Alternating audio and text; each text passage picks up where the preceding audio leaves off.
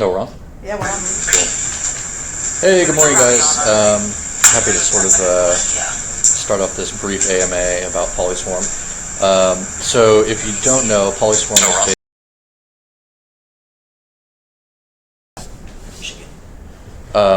is basically an effort to decentralize antivirus. We are taking security expertise from around the world and connecting it up with sort of a menagerie of blockchain plus smart contracts to make sure that threats, sort of viruses, malware in general, are detected a lot quicker and a lot more comprehensive than the current single vendor situation.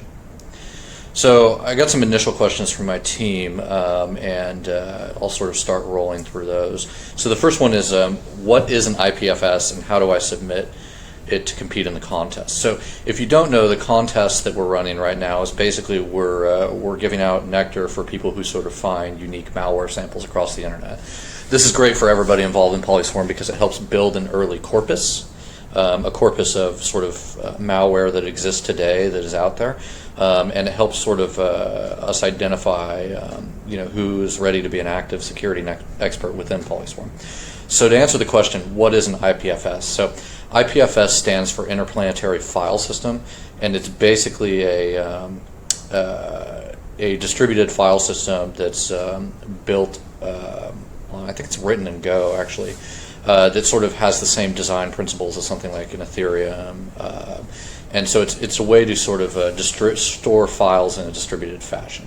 So for the contest specifically, we're asking people to upload potential malware to IPFS and submit the hash of that malware to sort of compete in the contest. What happens next is our software on the back end actually goes and pulls that sample and runs it through some processes of ours in the back end and basically determines if it's a new and unique malware family. If it is, then the security expert that submitted it gets some points, or specifically some nectar. If it isn't, then please try again. So the next question is, what are my plans, or what are our plans for this $50 million hard cap we have? So look, we've gotten a lot of questions about this, and people are saying, why shouldn't it be X or Y? And I think those are all great questions. You have to look at the sort of the grand nature of the vision we're proposing. I'll get to that in a second. And also how security companies that have been successful are capitalized in a traditional Series A, B, and C equity round. Specifically in the A, B, and C equity rounds, what you see is it's anywhere between sort of the 30 to 100 million US worth of capitalization with that round, or during those rounds. So we're a bit different in that we're doing a token sale to sort of seed the PolySwarm network. And the reason that's ambitious is it's a two-sided marketplace.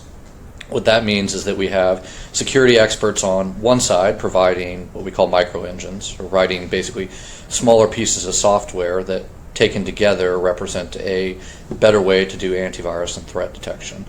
And on the left side we have the enterprises. They are sort of the demand in our marketplace. So onboarding both parties and making sure the marketplace and the software tooling behind it can grow, and sort of that we maintain the proper technical staff to grow it, as well as the support functionality to help the network along, as well as the sort of enterprise sales to make sure we can help the demand in the marketplace for all the security expertise involved.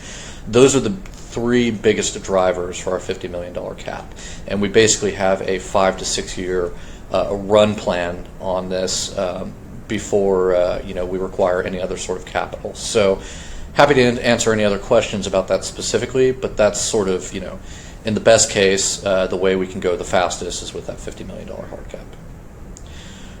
So next question, is there an MVP or beta? So we briefly talked about the contest, and actually, yes, the contest is PolySwarm in action, right? There is a minimum viable product on the back end that is taking those submitted pieces of malware and running it through an existing virus scanner that is in fact hooked up to PolySwarm. So this is end-to-end. It's leveraging the Ethereum blockchain at the moment, and also IPFS for sample submission. So I think that that serves as a pretty good MVP, and about half of that MVP is up on GitHub today under PolySwarm / PolySwarm. We will probably post the other half shortly before the sale, but it is running the contest today, so happy to answer any other questions about that. So next question, could I talk about plans to reduce speculation of the NCT token and stabilize the price? Do you plan on trying to peg the price of a token to a certain value? I got to be blunt, this is something that's still ongoing for us. So reducing the speculation in Nectar token and stabilizing the price, we simply don't have enough data to indicate what that looks like. So I don't think I'm going to publicly talk about our current plans for price stability or for reducing speculation of Nectar. But I will say that my team, and specifically our chief economist, Evelyn, is taking a very hard look at this, and we have several strategies that we're ready to deploy on that front. Let's see. What is the price of one token in dollars? Okay, we get this question a lot. All right, we have a hard cap of 50 million. USD, and that is the maximum supply. So put another way, no more than 50 million USD of Nectar tokens will ever be minted. The reason that takes a little bit of explanation is we fix the exchange rate of ETH to USD when the sale starts. So when people ask what the maximum supply is, well, it's $50 million USD.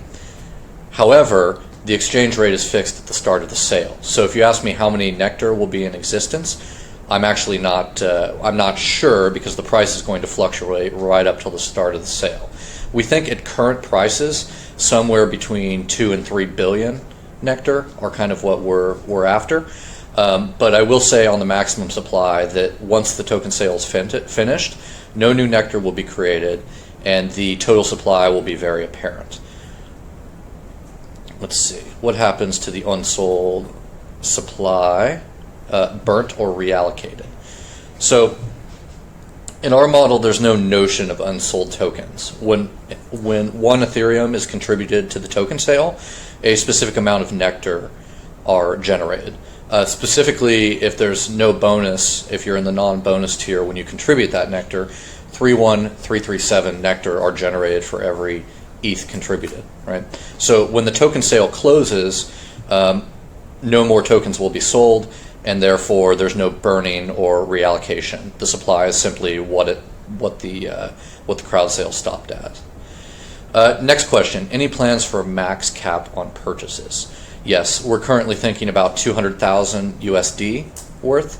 And there's a lot of reasons for that, but we know a lot of people out there are interested in this, specifically people who we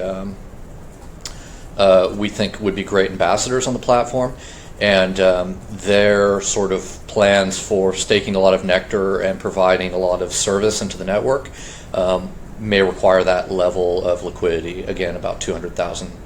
USD. So that's where our cap comes from. Ooh, any new and exciting partnerships that I want to talk about? Have we announced this? Yeah. Okay, great. Our friends at a company called Vector 35, they produce something called Binary Ninja. Binary Ninja is the #2 reverse engineering tool in the world, next to something called IDA Pro. We think it's a great competitor to IDA Pro. So we're partnering with them starting today, starting actually as of a couple weeks ago. We've already started working with them. And the goal there is to use their existing tooling, which is something called Binary Ninja. And that tooling is able to reverse engineer binaries and break them down in their constituent parts. So they will be accepting Nectar for things like control flow graph reconstruction and function identification, which really helps security experts along so they can focus on building their micro engine and not dealing with the lower level of binary disassembly and sort of function identification. We do have one other new and exciting partnership to announce very soon. I'm not ready to talk about it yet, but our partners on that side are coming to Tokyo to visit us, where we will sort of hash out what that announcement looks like, and we will be back with you on that probably just before we launch the token sale. Let's see, other new and exciting partnerships. We'll be working directly with other AVs. So we've talked, actually the other antivirus companies have been very receptive. We've had some great conversations with people at McAfee, the company, Symantec, the company, as well as the people at Avira. You know, they like this model, right? Because it solves a little bit of a problem for them. Specifically, there's two things. One, if you're aware of a company called VirusTotal, VirusTotal sells subscriptions to antivirus companies, and they basically take malware for free and run it through 50 or 60 of the world's antivirus scanners and tell you, the user, the result of that. That's great, but they sell that data back to the antivirus companies who are their subscribers, so the antivirus companies can get a hold of those samples and update their products accordingly. We represent another way for those antivirus companies to get that same data source so they can help protect their users. So I think our incentives are pretty aligned here. So yeah, that's how we plan on working directly with other antivirus companies to start. If you've read the white paper, we think they'd be great ambassadors in our platform, and we're really happy to to talk to anybody in the antivirus or security research world that that's interested in that role. Again, sort of our background, and I got started in Bitcoin in 2010, and I really like this idea of a distributed, permissionless model for solving a problem. In our case, antivirus, and we're happy to work with anybody who sort of subscribes to that model. How will I know if I'm whitelisted and have completed the KYC process? Okay, so first, an apology from our sides. KYC for us has been a bit of a challenge, and if you saw, we pushed our sale back 2 weeks. This is a big reason why. So we are working on it. We're happy to answer questions in Telegram, what we. So to be clear, there's no, if you filled out your profile and you've gotten an email confirmation at this point, you should be largely good on the KYC. I will ask you guys to bear with us, and we're working on some processes to make it more apparent and to make things much, much easier to know if you're set on KYC. We do plan on rolling those out within the next week, and we will try and announce those, but apologies again, please bear with us while we attempt to sort of make the KYC experience much, much smoother for everybody involved. We're not happy with it either, so we're working on it. Let's see. Who are your competitors? I'm not aware of anybody else that has the exact same model as PolySwarm, and I would sort of flip that question on its head and say, we're saying our competitors, but I mean, really, since PolySwarm is a decentralized, distributed network of security expertise, I think that the question is, who are the centralized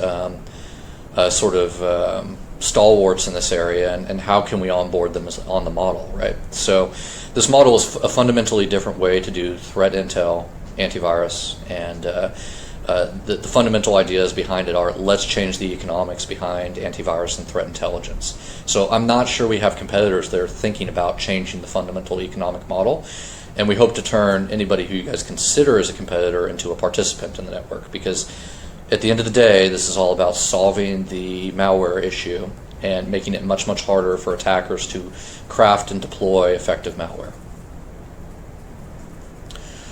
All right. Since PolySwarm contracts run on the Ethereum network, would that be a concern? Like crypokitties crash the Ethereum network. Could you provide some technical insights? Sure. So, as funny as they may be, I'm not a fan of crypokitties. Ethereum in general, there are scalability concerns there. But I want to take a minute to look at the Ethereum network and how it's built today, and sort of realize that what's been built with respect to Ethereum is actually quite amazing, right? It's a decentralized system for running essentially smart contracts, right, that works day in and day out largely without issue. That being said, the CryptoKitties thing basically exposes some issues with scaling that model and doing large transaction throughput. So here's how we plan to deal with it. One, bounties and offers can sort of operate in a very direct mode, which is all those things are posted to the Ethereum chain. Now that's kind of the uninformed way to design it. That's gonna sort of highlight the scalability issues, specifically because the block time in Ethereum, being on the order of 15 seconds, and a few other things there. So what we plan to do is basically offers are using a sort of stripped down version of Raiden style channels, and offers can sort of, once the channel is established within a block time, directly to a security expert, tens of thousands, if not millions, of transactions can sort of be done over that channel while we can sync these and sort of settle those transactions to the blockchain in some interval that makes sense from a cost perspective. On the cost perspective piece, if you look at antivirus scans the world over, they cost between 1/4 of a US cent and 1.5 cents, right?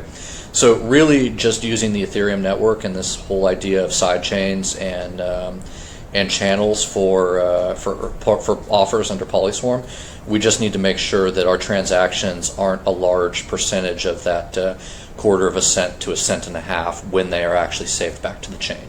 So to answer the question succinctly, we plan on using batching and settlement mechanisms back to the chain at some sort of frequency where it makes sense from a cost perspective. Let's see. Will PolySwarm integrate existing threat feed intelligence? Semantic, McAfee Labs, ICSA, FortiGuard, SANS, Cause, etc. all maintain their own databases. Yeah, that's correct.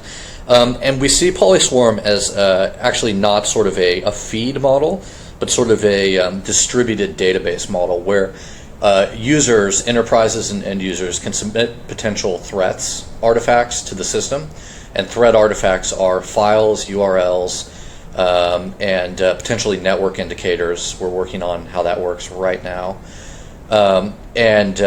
Basically when those are submitted to the PolySwarm network, they can be run through these databases by their individual providers. Based on the results in those databases, the individual providers can choose to stake or predict whether they think the submitted artifact is in fact a threat. So it's a little bit of a different model than the passive feed consumption, and more of an active model where users are submitting potential threats to PolySwarm, and the security expertise on PolySwarm is responsible for actively saying, yes, I think this is a threat based on my internal database or knowledge, or no, I do not think this is a threat, and I'm confident in this prediction to the tune of 5 nectar, 10 nectar, whatever. All right, what else? Is there any questions so far that are coming up that I'm not answering? Okay. Yeah, you're good. If you want to talk about it. Sorry? If there's anything that you want to talk about. Sure. How are the additional 30% of tokens not sold in the crowd sale going to be distributed? Good question. So if you're not aware of our token model, basically what happens is, say that we generate, I don't know, just for an example, 1 million nectar at the end of the sale. That's not the real number, but we'll use it in the example. So people often ask us, how is the team compensated? Does the team get tokens, this and that? So the way we're doing the model is, if we generate 1 million tokens in the sale, we take 30% of those tokens, and 15 of that 30% is held within the company.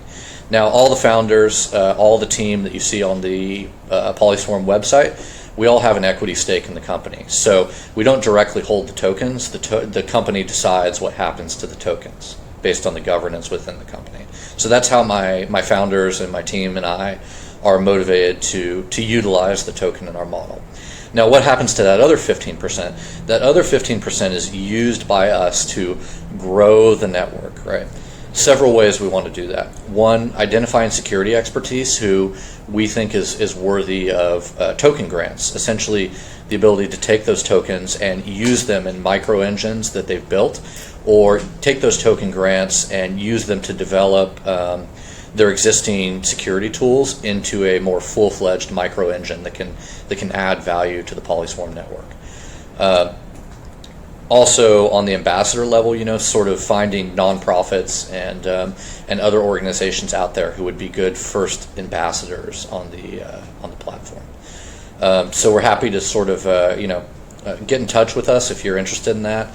Info@polyswarm.io or support@polyswarm.io, and we'll try to get to those sort of partnership and ambassador requests. We'll roll out the sort of token usage program and the distribution mechanisms to security expertise probably after the sale itself.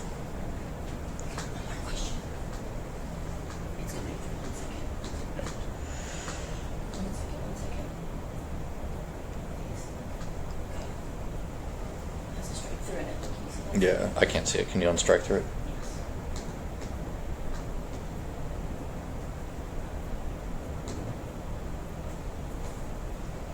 Sure. Let's see. Let me see if I can read this. Many in Telegram. Oh, Mini and Telegram have expressed the hard cap is too high. What happens to the tiered roadmap goals if you don't raise enough to meet the last tier? P.S. I haven't read the white paper thoroughly. So thanks a lot for that admission that you haven't read the white paper thoroughly. That's helpful. Be happy to have you go read it and come back to us if you've got any questions or comments. So I've seen these people expressing the hard cap is too high, and I would argue a couple things. One, there a lot of people who seem to say the hard cap is too high. They're basing it on what other ICOs are trying to do, right? Which is a completely orthogonal market to what we're up to. So to address directly what happens to the tiered roadmap, I'd say that we still try to reach the tiers in the roadmap, but quite frankly, we're going to have to go a little bit slower, right? And I can't quantify what a little bit slower means, but until I sort of see the numbers and able to project it out over a multi-year sort of plan. What I will say about the roadmap is all the features we've detailed on there we plan on exploring, but we will be limited in how many development resources we can handle and how much demand we can onboard to the marketplace, sort of the further away from our hard cap we are. So I don't know if that sort of answered the question, but I should very clearly mention at this point we have reached our minimum in pre-sale. And we are progressing with the project, so this has our full attention, and we're not gonna we don't plan on bailing at this point. So next question, lucky number 17 here. Hi Steve, thanks. Hi, hello. When is the project planning to focus on mobile app / integration? Okay, those are two different things. So my understanding of the mobile ecosystem is that Android is pretty amenable to what we're trying to do. iOS is not as amenable, but we could offer some value against both platforms from the network defense side. I'd say any mobile app and integration there is probably at least a 2019 problem. So Q1, Q2, 2019, we'd be sort of making announcements and longer term plans there.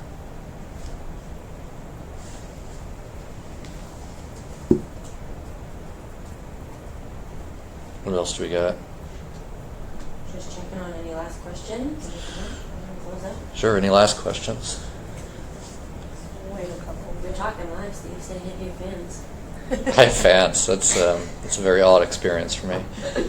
Yeah, I appreciate everybody's support and civility, actually, relative civility in the Telegram channel so far. That's been great. Keep it up. We're working pretty hard as a team. I do want to give a shout out to my team. They are working a lot on this project, nights and weekends. We are running really hard towards that token sale on February 20th. So shout out to them. I think they're doing a great job. I hope you guys agree, and I appreciate you guys being nice to them in Telegram as well. That's helpful when you're sleep deprived. Other than being decentralized, how will PolySwarm differ from products like Carbon Black? Great question, great specific question. So to be clear, I think Carbon Black's really cool, right? There's some things they did first that were excellent and very simple, right? Like if you see a new file pop up anywhere in your organization, Right, just go ahead and save that file off somewhere because maybe it might be interesting, and if there's an incident later, we can go back and look at what that file was. That was actually interesting and very powerful. So Carbon Black deals with sort of endpoint protection inside the enterprise, and the Carbon Black development team is good, but it's a single organization focused on a single set of problems for sort of the vast majority of their customers. The main way PolySwarm differs from Carbon Black and most of the other products in this space is we're relying on distributed security expertise to really address both broad and niche problems within the threat landscape. So what that means is that we're relying on the economics of PolySwarm to incentivize security experts to respond to threats, to new threats and existing threats in sort of a way that matches what's out there in the threat landscape. So we're sort of taking the market forces behind how malware is developed and turning them around and sort of asking security experts to focus on areas of the threat landscape where they think they could make the most impact and therefore the most revenue and nectar. So I hope that answered your question about Carbon Black. That's a good question. We would love to have them as a partner, and they've got an immense amount of knowledge in this space, and I think they would be great in developing micro engines that sort of help make the PolySwarm offering way more comprehensive. Let's see. So another shout out, if you haven't already, please head to Telegram. Check out our community there. We're pretty active in there. I pop in a couple times a day to answer whatever questions I have. Our community admins have been super good on answering any questions you guys might have. But we're always looking for feedback. If there's anything we can do better, let us know in there. So if there's no other questions, I can sort of end this. Do we have anything else? No? Thanks for tuning in wherever you are. I see Australia popped in, hopefully a lot of other countries around the world. Hopefully my thick American accent wasn't too difficult for you guys. Yeah, hope to see you on the 20th. Pop in for questions in the meantime. And thanks a ton for tuning in, supporting PolySwarm, and sending in your questions. We really appreciate it, and we wouldn't be where we are without the community behind us. Thanks again. Talk soon.